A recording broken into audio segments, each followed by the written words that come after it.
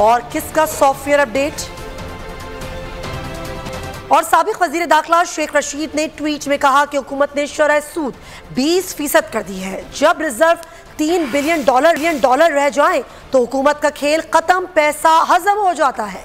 मौजूदा हुकूमत ने पाकिस्तान को गरीब के लिए मौत का कुआं बना दिया है। रहनुमा PTI हसन खावर ने ट्वीट में लिखा कि शरह सूद 3% इजाफे के साथ 20% पर पहुंच गई।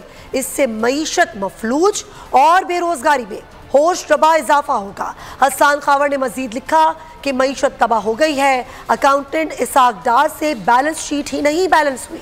इसहाक डार को फौरी इस्तीफा देकर लंदन हो जाना चाहिए। नवाज शरीफ के समधी कौम को बहुत महंगे पड़े हैं। मियां असलम ने ट्वीट में कहा कि अगर बेगुनाहों को गिरफ्तार करने से डॉलर नीचे नहीं आ रहा तो एक बार इसहाक डार को गिरफ्तार करके देख लें।